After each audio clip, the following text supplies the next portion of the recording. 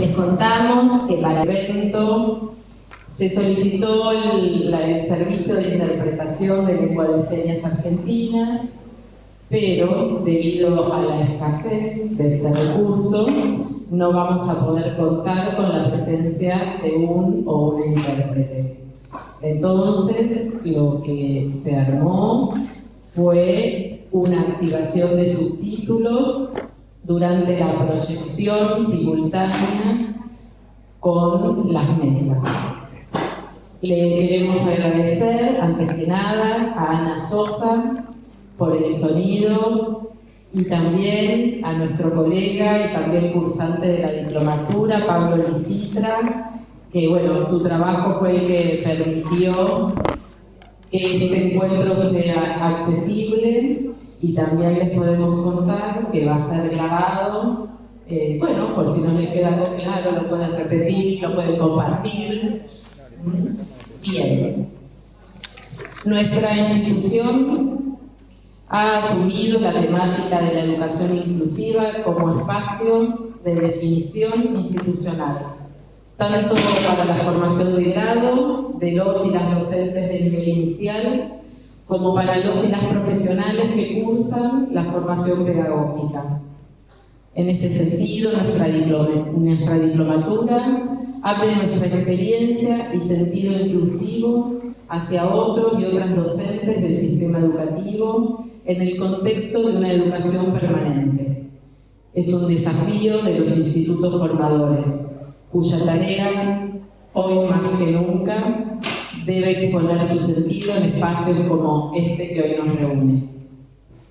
En este camino y dando continuidad a las acciones desarrolladas, organizamos estas jornadas armando tramas entre la igualdad y la diversidad, entre los y las docentes, los y las estudiantes, entre la escuela y la comunidad, entre la educación superior y la universidad. De eso se trata, armando tramas y armando redes.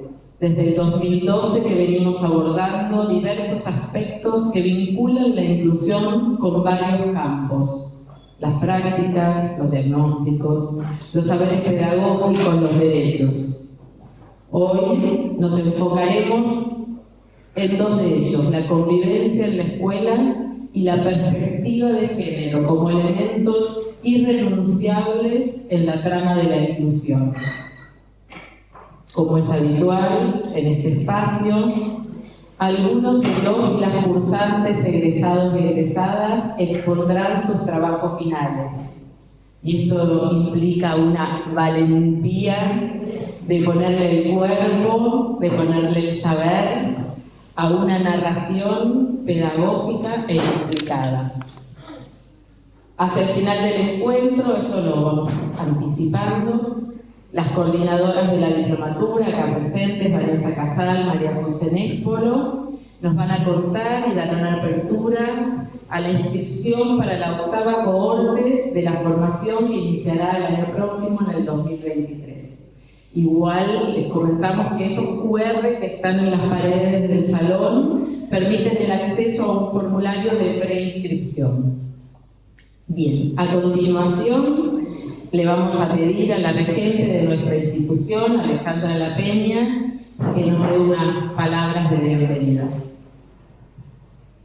Gracias, Ceci. Hola, buenas tardes a todas, a todos. Bueno, qué honor estar acá. Me hago la chiquitina, hice unos apuntes en el celular, como la vía a Noé, nuestra presidenta del Centro de Estudiantes.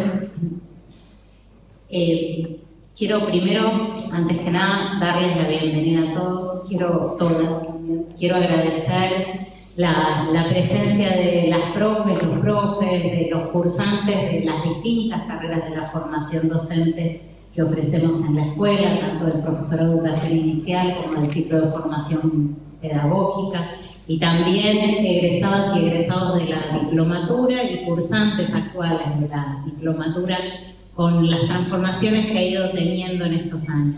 También quiero agradecerle a Claudia Gaudina, que en algún momento estuvo acá adelante también, agradeciendo la presencia de tantos que vamos construyendo estas tramas, o armando estas tramas, como reza el título de estos encuentros. Hace ya muchos años que nos venimos encontrando con esto, y hace un tiempo que también decidimos que una formalidad que hay en la agenda educativa, que no es tanto una formalidad, el encuentro de mejora institucional es un espacio que en la agenda, que además ha tenido mucha prensa en estos últimos días. Hemos decidido como institución, hace ya varios años, que Armando Tramas, estos encuentros del Armando Tramas que todos los años hacemos en el normal, más o menos para esta época, siempre, se conviertan en un encuentro de mejora institucional. Permitan abrirnos algunas preguntas en torno a la inclusión y en torno a las temáticas que traen los cursantes. Hay una posibilidad de potenciar las preguntas de los cursantes de la diplomatura con las preguntas de los cursantes de las distintas carreras, con lo que nos venimos preguntando las y los profesores a lo largo de estos años de la enseñanza en la formación docente. Cada vez más preguntas y que se van abriendo y desplegando en múltiples sentidos. Yo me preguntaba un poco qué se entrama en la inclusión. Ceci ya delineó algunas ideas. Y justo en esta semana tuve la ocasión de participar de algunos actos por este 12 de octubre, que ahora es el Día de la Diversidad, ahora no, hace ya 12 años es el Día de la Diversidad Cultural, y dejó un nombre que reivindicaba un etnocentrismo por detrás. Decía, bueno, ¿qué se entrama en la inclusión? Y justo escuché esta frase, que es una frase que solemos traer cuando hablamos de diversidad, un mundo en el que quepan muchos mundos. Y realmente yo creo que en esta escuela nosotros queremos ir construyendo en el día a día una escuela en la que quepan muchas escuelas, una escuela en la que haya lugar para todas, para todos, para todes. Un mundo abierto siempre a alguien más. Esta es una escuela normal, así se llama, Escuela Normal Superior. Y es una escuela en la que ya descreemos de la normalidad. O más bien pensamos que, como dice Caetano Veloso, visto de cerca nadie es muy normal. Y queremos, por lo menos en lo personal, no voy a hablar en nombre de todos, pero creo que queremos festejar la normalidad de nuestro normal. Esta orientación que elegimos ya varios años atrás, de pensar la inclusión como parte de la formación de todas las carreras docentes que se dictan en esta escuela, viene persistentemente a traernos muchas preguntas y también nos devuelve, cada vez que nuestros estudiantes están haciendo prácticas, nos devuelve la mirada interesante que tienen nuestros estudiantes dentro de las instituciones educativas. Entonces, creo que vale la pena seguir refrendando esta orientación que tenemos. Prontamente, ahora está abierta la inscripción, por si conocen a alguien que quiera hacer alguna carrera superior en esta escuela, va a ser muy bienvenido. La diplomatura por ahora con esos QR, y en la puerta de la escuela están los QR para inscribirse tanto en el PEI como en el ciclo de formación educativa. Pero bueno, no voy a hice la propaganda porque es indispensable. Queremos que nuestras escuelas, y en esto sí, nuestras escuelas normales, o los profesorados que se ofrecen en la ciudad, sigan poblándose de gente que tiene inquietudes por pensar la inclusión en la escuela, por habilitar, implementar y hacer realidad en el cotidiano la inclusión en la escuela. Bueno, creo que estaríamos. Muchas gracias por haberme escuchado.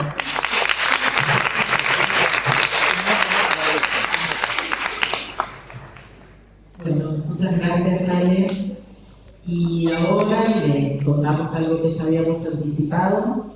En el contexto de la finalización de la diplomatura de nivel superior en inclusión educativa, los y las cursantes producen un trabajo final en el que articulan saberes con experiencias. 4 de esos trabajos serán presentados hoy en este encuentro. 2 vamos a presentar ahora y 2 más tarde.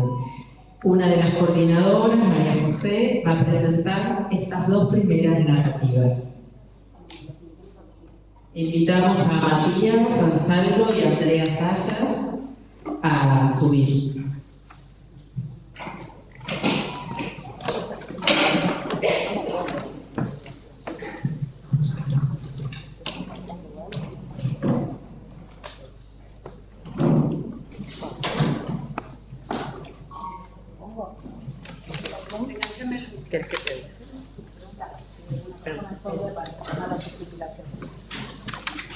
¿Hay alguna persona sorda para activar el subtítulo? Que se acerque o le avisa, porque no voy a escuchar.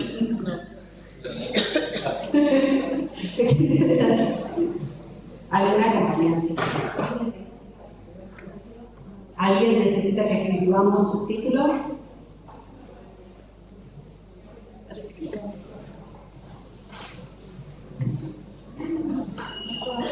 No llega el micrófono, entonces vamos a hacer un pequeño acercamiento.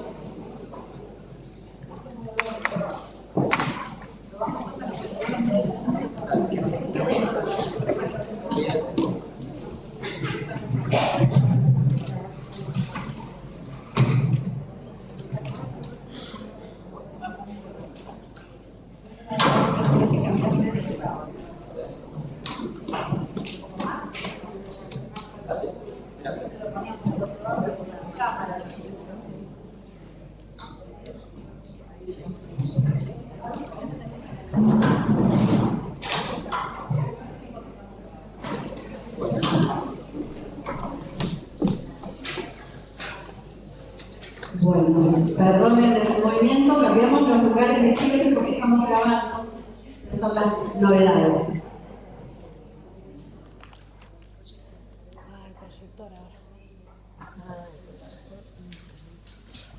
Pasa el tiempo también, es que tenemos que cambiar los anteojos. María José, enter en el PowerPoint. Enter en el PowerPoint. Enter en el Power.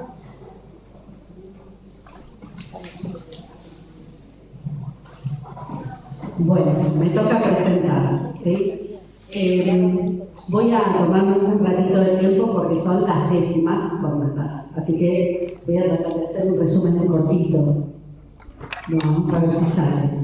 Algo distintivo de las jornadas Armando Tramas es que compartimos, que ponemos a disposición, ponemos a trabajar un saber producido desde la experiencia, un saber situado, nosotros llamamos sensible, implicado, un saber decolonizado y decolonizador.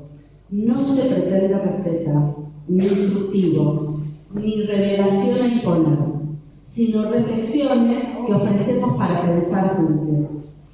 Las narrativas pedagógicas producidas por los y las egresadas son una modalidad de investigación sobre la práctica docente que toman las voces, los sentidos de los protagonistas, los recuperan en la escritura y lo ponen en diálogo con nuevos sentidos y saberes, en la cursada del último espacio de esta literatura.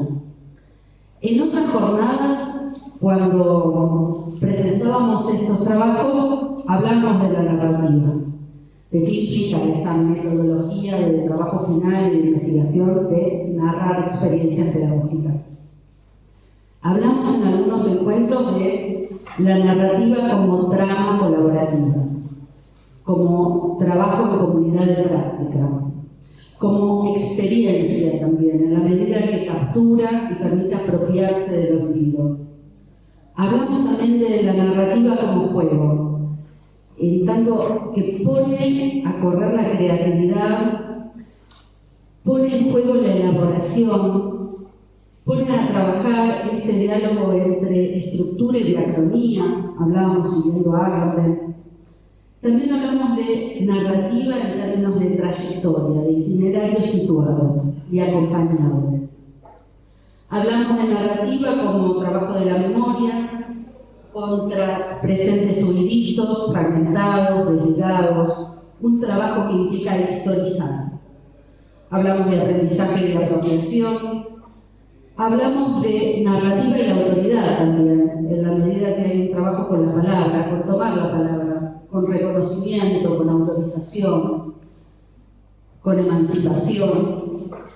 Hablamos hace poco, creo que el año pasado, de la narrativa como intervención.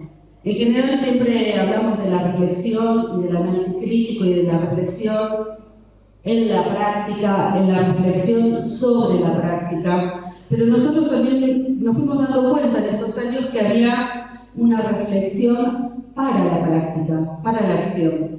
Y en esa medida fuimos hablando de construir saber pedagógico. Ese saber pedagógico que publicamos en formación de docentes, de educadores para la inclusión educativa, que aquí estamos compartiendo como siempre. Este año quiero compartir otra reflexión más, que surgió el otro día con nuestra séptima corte de la diplomatura. La narrativa es también un trabajo que implica un acto. Ponerse a escribir la experiencia de narrar en las condiciones en que lo planteamos y lo hacemos es una empresa de arriesgadas consecuencias, decíamos. Implica cruzar el Rubicón en la medida en que hay que explorar, abrir opciones vitales, nos transforman.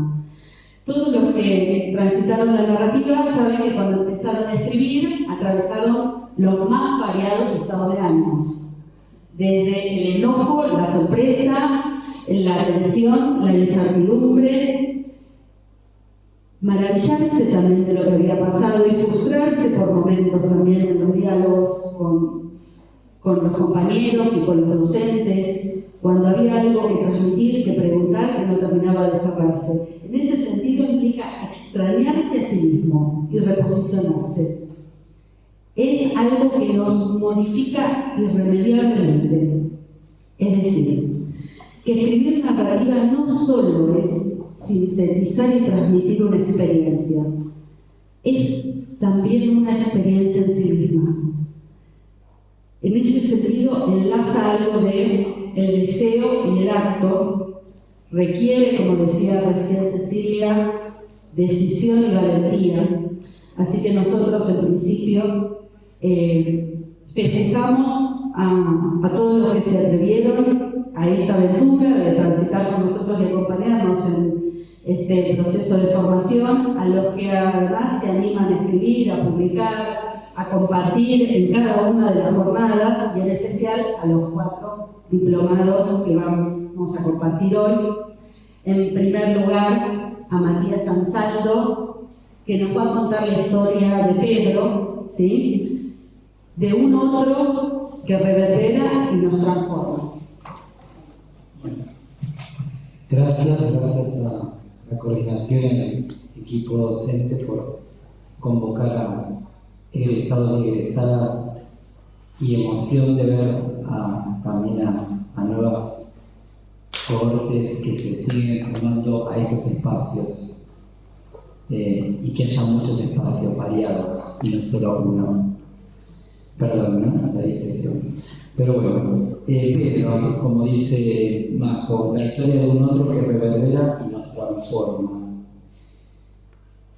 En esta ocasión voy a narrarles cómo las clases de inglés se transformaron a partir de la llegada de Pedro. Conocí a Pedro cuando estaba en el aula de primer grado, con su acompañante personal no docente, conocidos como APD. Al inicio de su primer grado, Pedro deambulaba constantemente en la clase, emitía sonidos, no solía mirar a sus pares ni a mí, su docente, y las clases de idioma en el primer ciclo presentan actividades motivantes, canciones, cuentos, juegos. Esto genera en general que la mayoría de los alumnos y alumnas participen con entusiasmo. Sin embargo, las nombradas actividades parecían no ser suficientes para convocar a Pedro en las clases. Frente a esta situación me pregunté, ¿cómo hacer para lograr que Pedro se involucre con las propuestas? ¿Cómo lograr que pase de esa intermitencia de su modalidad de participación, en el mejor de los casos obligaría, al aprendizaje sostenido? Estas preguntas se presentaron como la necesidad de hacer un parate en el discurrir de las clases. Algo debía detenerse para pensar y rearmar las clases de inglés. Algo de lo que Castro menciona como interrumpir un andar automático. Que se genere un intervalo que permita pensar un poco lo que estaba proponiéndose en la clase y qué podía cambiarse. Para dar lugar a una nueva experiencia, se necesitaba esta interrupción. Se necesitaba parar para trabajar de la manera en la que se venía trabajando. En palabras de La Rosa, la experiencia, la posibilidad de que algo nos pase, nos acontezca o nos llegue, requiere de un gesto de interpretación y, agrego, y un proceso de reflexión. De esta manera, y luego de esta primera etapa de observación y de interrupción, las modificaciones fueron principalmente dos, porque está bueno contar finalmente qué pasó, si lo queda de mucho con el discurso, ¿no? En general, las actividades a realizar en cada clase son presentadas al inicio con un panel, tomando en cuenta el sistema alternativo aumentativo de comunicación que propone que cada actividad de la clase está con una imagen, con la palabra, y en general es una imagen textualizada. Bueno, la primera modificación fue simplificar las propuestas de clase y que estas, todas las clases, sean las mismas, bienvenida, cuento, actividad, juego, ¿se entiende? Que se repitan las propuestas, no las mismas, no el mismo cuento, pero sí las propuestas. Paulatinamente se notó que la rutina de propuestas le permitió a Pedro no solo conocer los momentos de la clase, participe o no de ellas, sino que era habitual que quisiera expresarlas en inglés en cada uno de dichos momentos y que se proponga inclusive para ubicarlas en el panel al comienzo de la clase. Otra de las modificaciones que se hizo, suerte que no había agua, si no que agua, la segunda modificación fue que cada propuesta dure entre 5 y como mucho 10 minutos y que contenga un límite claro de inicio y cierre en sí misma. Esto fue de mucho impacto para Pedro, porque para que pase de forma paulatina y progresiva, de deambular sin participar a una plena participación. Al comienzo del año caminaba como si la clase pasaba paralelamente. Con el correr de las semanas y sosteniendo estas dos propuestas, que es un esquema repetitivo en el panel y las actividades de corta duración, Pedro comenzó a participar de algunas de ellas de comienzo a fin, porque eran cortitas. La corta duración le permitió entrar y salir, y luego entrar en otro momento, sin que eso interrumpiera la escena y que no pudiera participar de las actividades porque estas estaban como desarrollándose al final, ¿se entiende? Era como para que él pudiera estar de un inicio y final de la actividad. Progresivamente participó más de la clase y así le permitió obtener aprendizajes sostenidos en el tiempo. Llegando a este punto de la narración, tomo prestada una pregunta de Contreras y Pérez de Lara. ¿Qué podemos preguntarnos y aprender? Hacer nuestro acerca de lo educativo al visitar esta experiencia concreta o estas situaciones, vicisitudes, personas, circunstancias o estas historias, estos acontecimientos, estos mundos propios o ajenos. Bueno, las modificaciones que se llevaron adelante se realizaron con el fin de poder lograr la mejor y mayor participación de Pedro en las clases de inglés. Pero, a la vez, al tratarse de reestructuraciones para trabajar con todo el grano, con todo el grado, esto está siendo filmado, generó un beneficio para los y las demás también. Se trató de una modificación que quedó como una modalidad de trabajo instalada en las clases de los primeros grados que hasta hoy inclusive persiste en clases. Se trató de un proceso de interrumpir, de observar, de probar nuevas estrategias que se llevara adelante justamente una genuina investigación. Es así que esta narración no se trata solamente de Pedro, sino de cómo se pensó en propuestas que transformaron la dinámica de la clase. Se trató de que fueran las propuestas las que se adaptaran a Pedro y no él a ellas, y que estas modificaciones generaran un beneficio no solo en Pedro, sino para el grupo en general. La plena participación, y esto es algo importante para aclarar, no es algo que surge de un momento para el otro así. Hay que planificarlo de forma tal que pueda lograrse a partir de un esquema consciente y organizado, pero flexible de trabajo. También es importante remarcar que el presente relato sobre los avances de Pedro y los cambios en las prácticas de enseñanza y propuestas de actividades que se generaron con un trabajo conjunto con la acompañante de Pedro, fueron dentro de una institución educativa que fomenta una cultura cada vez más inclusiva y bajo normativas vigentes que reafirman el derecho de acceso, permanencia y egreso de todos los niños y niñas a la escuela de común. Es importante aclararlo. Estos logros no podrían haberse conseguido tampoco sin dar lugar a una mirada instituyente, un mirar el espacio común como desde el extranjero. En palabras de Nick Castro, la extranjeridad como un acto de llegada que rompe las cronosofías, las herencias prolijas, el devenir automático a lo largo del tiempo. Bueno, se trató de generar algo que convocara a Pedro, pero para que esto sucediera, la oferta del educador debió incluir un espacio vacío. Llegado a este punto de la narración, se siente la tensión. Es lo que te pilló, pero por ahí no. ¿Cuál es el tema central acá? ¿Es Pedro o son las transformaciones que a partir de su presencia se generaron? ¿Quién es el beneficiario central cuando se habla de educación inclusiva? ¿Es el niño o niña que en el mejor de los casos, diría yo, un poquito, que promueve el cambio? ¿O son las propuestas de enseñanza que quedan modificadas por el encuentro?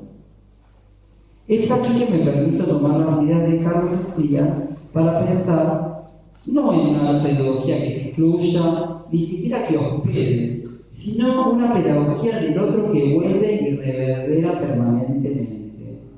Es la historia de un otro que irrumpe en el mundo de la dignidad sin pedir permiso y lo transforma. Por eso la pregunta es, ¿no es esa acaso una de las metas de la educación inclusiva? Aún recuerdo hoy ese Pedro, que ya no emitía sonidos sin razón y deambulaba, quizás sabiendo que algo había logrado cambiarse gracias a él. Todavía me acuerdo que percibiendo que la clase iba terminando, se acercaba, me miraba, que no es poco, y me decía, goodbye. Muchas gracias.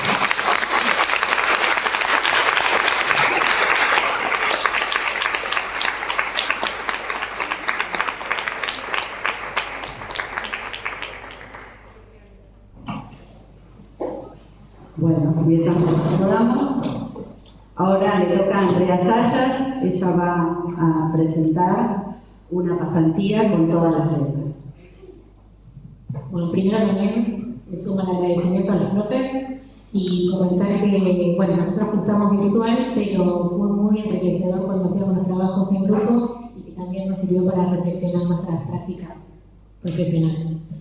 Bueno, hace unos años trabajaba en un centro de formación integral en una escuela privada subvencionada en la provincia de Buenos Aires. Como soy terapista ocupacional, estaba a cargo de lo que en ese momento se llamaban pasantías, actualmente se llaman prácticas profesionalizantes en ámbito laboral, de los y las estudiantes que transitaban su último módulo educativo en los egresados de la institución.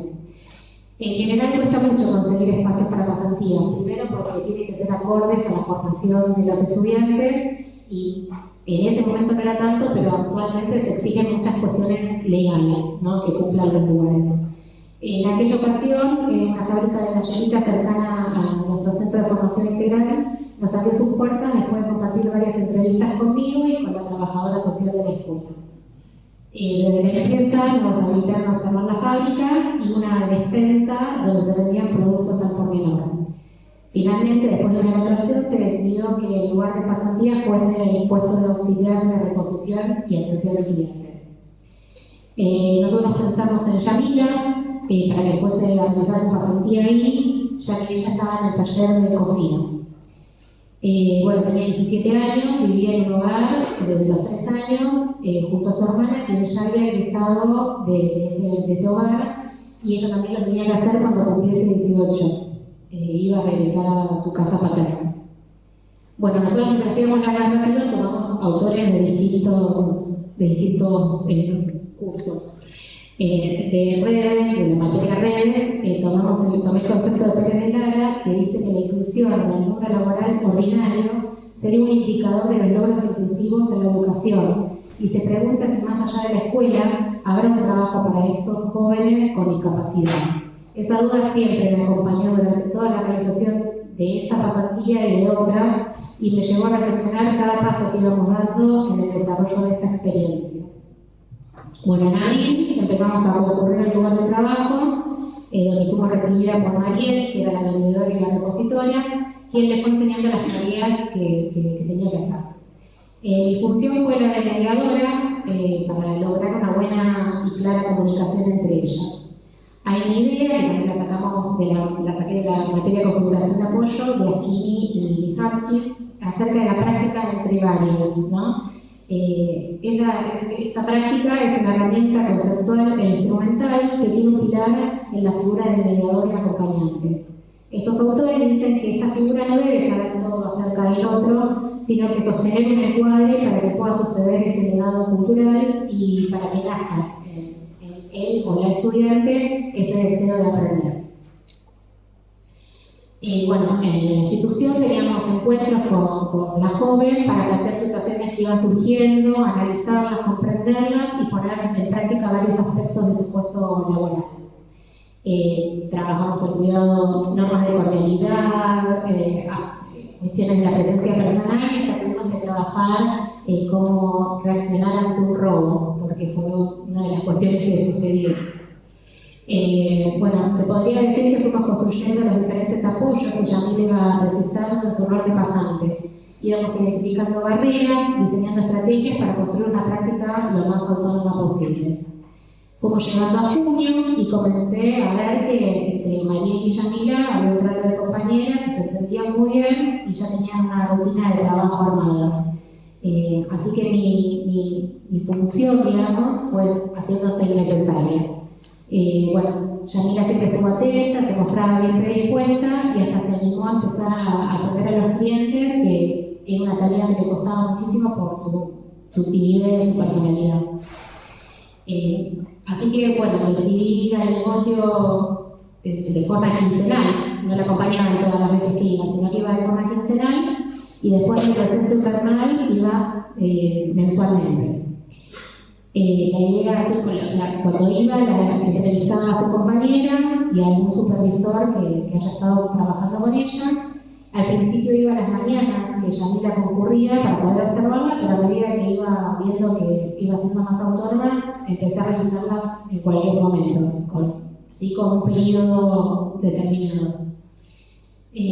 Algo que destaco es que la empresa empezó a remunerarla, empezó a pagarle no un sueldo, pero era algo que para ella era muy importante. Bueno, cuando veo que mi presencia ya no era necesaria dentro de la pasantía, fue realmente una alegría, porque fue con esta experiencia que empecé a comprender de qué se trataba la autonomía de la que tanto hablamos y que pocas veces se ve concretada en la vida cotidiana de estos jóvenes. A medida que fueron pasando los meses, Yamila se mostraba más contenta, le contaba a sus compañeros su experiencia. Siempre que ella la solicitaba, le dedicábamos algún momento para hablar sobre su puesto de trabajo. En algunas ocasiones tuvimos que trabajar junto a la psicóloga y otras con su docente de taller. Y bueno, atesoré esta situación, siempre me acuerdo de ella porque fue realmente la primera experiencia en la que pudimos concretar una real inclusión laboral. En las otras pasantías, que estaban en paralelo, mi presencia siguió siendo necesaria y otras veces fue solicitada. no, desde mi punto de vista no era necesario, pero bueno, tanto la escuela, la empresa o a veces la familia pedía que yo siguiera estando presente. Y bueno, creo que durante el desarrollo de esta pasantía se conjugaron varios factores positivos. El buen trabajo en red, la escucha atenta de todos los participantes, las ganas de aprender no solo de ella, sino de toda la gente del entorno que estuvo trabajando con ella, y las miradas que fueron perdiendo esos prejuicios, que fueron abriendo caminos, y los apoyos también pensados, que fueron los que realmente necesitaban. Y lo más importante para mí fue una joven que nunca se dio por vencida de los obstáculos que fueron surgiendo en su primera experiencia laboral.